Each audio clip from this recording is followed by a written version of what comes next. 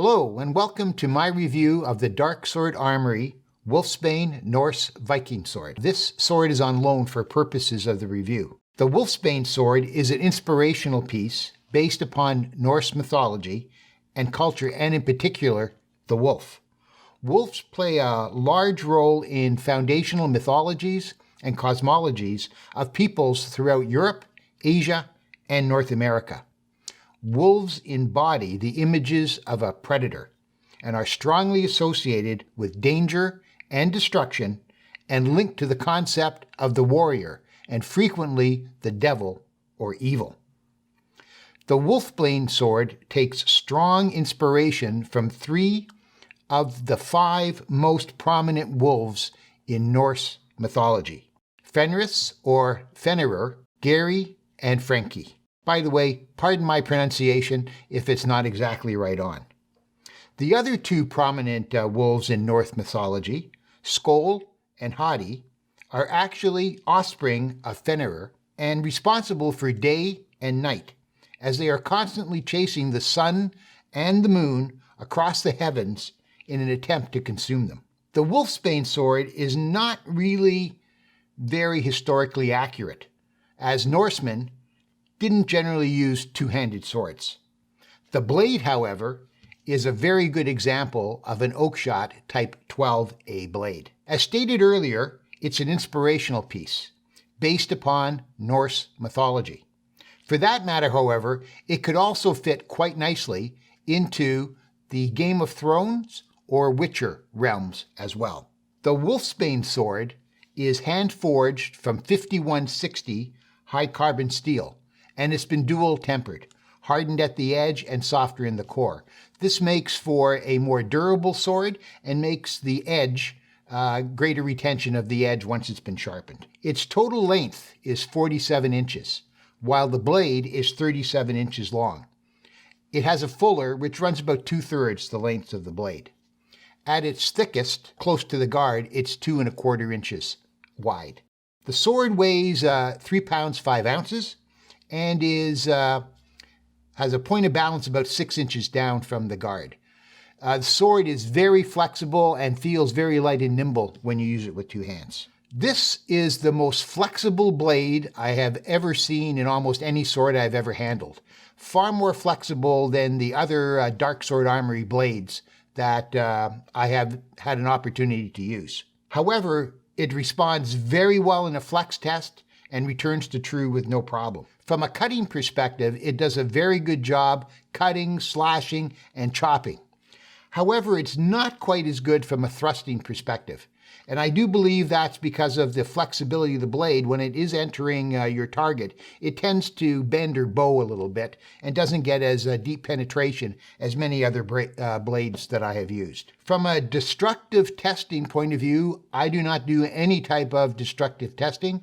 I use the sword basically how it has been advertised by Darksword Armory, and I'm cutting mainly bottles and fruit with the blade. So I cannot speak for how the sword may perform from a destructive testing perspective. What really makes this sword, however, is the hilt. It pays particular homage to Norse mythology and the wolf. The guard is 8 inches long. The grip from end to end is 9 inches, and the hilt overall is 10.5 inches long. The guard and pommel are made from cast bronze, and there is a very good video on the Darksword Armory site, A Day in the Life at Darksword Armory, that actually shows these pieces, the guard and the pommel, being made that are used on this sword. The pommel has very detailed work. It is a depiction of the Fenris wolf, that is, the son of Loki, the god of mischief, and the giant Angerboda. The Fenris wolf is also the brother of Jormungand and Hel. These are all very prominent figures in Norse mythology. In addition, the Fenris wolf is key to many of the legends in the mythology, but very key figure in Ragnarok, or the ending of the Norse universe. The actual depiction of the Fenris wolf is not a top and bottom of the head. it is actually two mirror image almost of the top of the head. So while it does look like a wolf with his jaws open, it's actually the top depicted twice. In the middle is some fine Norse knotwork as well. The guard, as I mentioned, is made from cast bronze as well. And there are actually 4 depictions of the Fenris wolf, 2 on each end on both sides of the sword. The body of the wolf comes together in the middle in knotwork, which is inspired by the gelling stone. The guard is finished quite nicely. It has a pebbled effect on the top and the bottom, and the slot where the blade actually enters the guard is custom fit, very close work in the middle and the ends. So a very good job on the guard overall. The grip of the sword is made from red oak. You can pretty much have your choice of stain. It does come in 3 colors, black as is depicted here, a brown, and a white or a blonde color. The grip itself feels a little thin in my hand. I don't have huge hands, but I don't have small hands either. But with a glove on, it feels very, very comfortable. The carving on the grip itself is CNC'd. Fine knotwork, Norse knotwork at the top.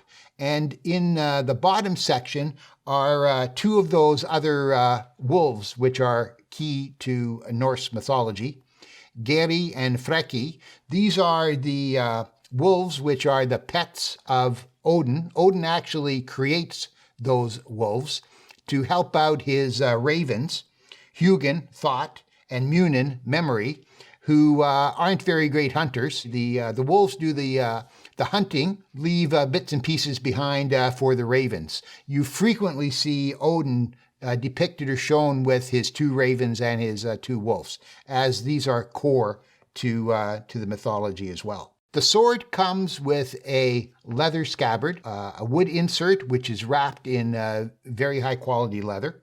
There is an upgrade option, which is the interlaced sword belt, and that includes a belt which is connected to the scabbard. In addition to that, they give you a little bit of a card that explains the use or the attaching of the belt. The belt doesn't have a buckle, so there's a little bit of a technique to have it secured snugly, as well as their instructions for use and proper care of the sword. Overall, this is a very nice sword, taking great inspiration from Norse mythology. And in addition to that, as I said, it does have a little bit of a Game of Thrones and Witcher feel to it as well. The sword is a very good cutter, great for chopping, slashing, and cutting. Doesn't perform quite as well as some other swords from a thrusting perspective, and I think that's really due to the flexibility of the blade. However, it's really the work on the hilt which makes this sword quite exceptional. The bronze and wood carving of the grip are really quite well done and quite exceptional. So this sword would make a good addition from a use perspective, primarily focused around cutting, and makes a great display piece based upon the detailed work which has been done on the guard, grip, and pommel. Thank you very much.